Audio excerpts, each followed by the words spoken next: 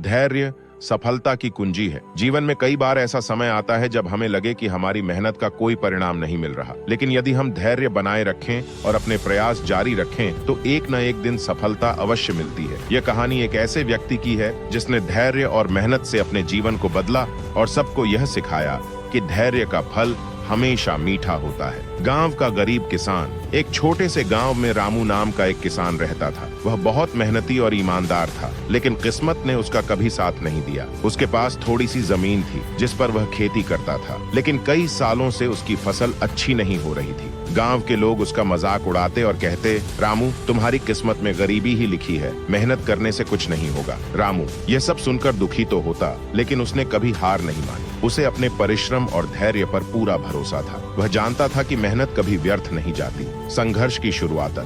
एक दिन रामू ने सोचा कि उसे कोई ऐसा पौधा लगाना चाहिए जिससे उसे भविष्य में अच्छा लाभ हो। उसने बांस, बैम्बू के बीज खरीदे और उन्हें अपनी जमीन में बो दिया। वह रोज उन बीजों को पानी देता, खाद डालता और पूरी देखभाल करता, लेकिन 1 महीने बीत जाने के बाद भी जमीन से कोई अंकुर नहीं निकला। गांव के लोग फिर से उसका मजाक उड़ाने लगे। रामू, तुम बेवकूफ हो, ये बीज खराब हैं। इतने दिन हो गए और इनमें कोई अंकुर तक नहीं निकला।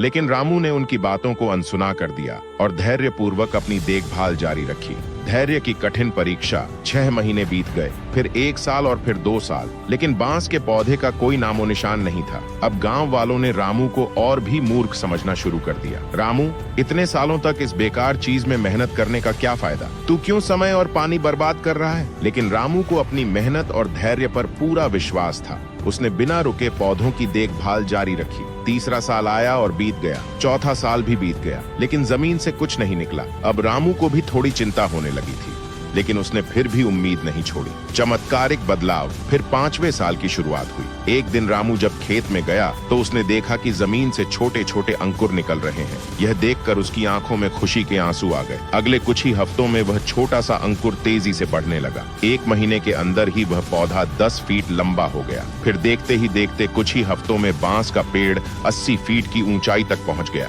गांव वाले जो कभी उसका मजाक उड़ाते थे अब दंग रह गए। उन्होंने रामू से पूछा, ये कैसे हुआ? 5 साल तक कुछ नहीं उगा और अब अचानक ये पौधा इतना बड़ा कैसे हो गया? रामू मुस्कुराया और बोला, पिछले 5 सालों तक ये पौधा जमीन के नीचे अपनी जड़ें मजबूत कर रहा था। मैं इसे देख नहीं सकता था, लेकिन यह अंदर ही अंदर खुद को तैयार कर रहा था। जब इसकी जड़ें मजबूत हो गईं, तब यह तेजी से बढ़ने लगा। सफलता और गांव वालों की सीख। गांव के लोग अब रामू की बुद्धिमानी को समझ चुके थे। उन्होंने महसूस किया कि धैर्य और मेहनत का फल जरूर मिलता है, बस हमें हार नहीं माननी चाहिए। गांव के कुछ और किसान जो पहले रामू का मजाक उड़ाते थे, अब उसकी सलाह लेने आने लगे।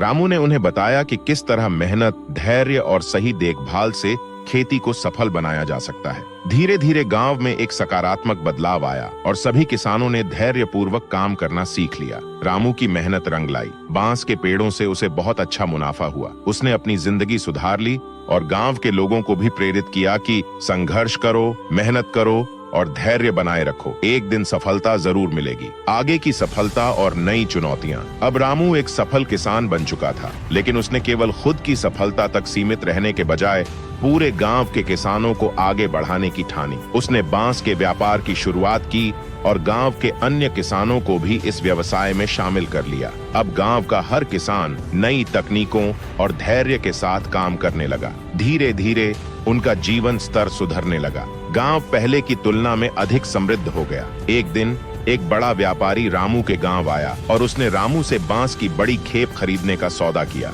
ये रामू के लिए बहुत बड़ी उपलब्धि थी। इस सफलता को देखकर गांव के लोगों को यह एहसास हुआ कि अगर कोई भी इंसान धैर्य और मेहनत से काम करे तो उसे सफलता अवश्य मिलेगी। यह कहानी हमें सिखाती है कि जीवन में धैर्य बहुत महत्वपूर्ण है। कई बार हमें लगेगा कि हमारी मेहनत का कोई नतीजा नहीं निकल रहा, लेकिन अगर हम धैर्य पूर्वक अपने लक्ष्य की ओर बढ़ते रहें तो एक दिन सफलता जरूर मिलेगी। सफलता तुरंत नहीं मिलती, लेकिन जो इंतजार करता है उसे उसका फल जरूर मिलता है।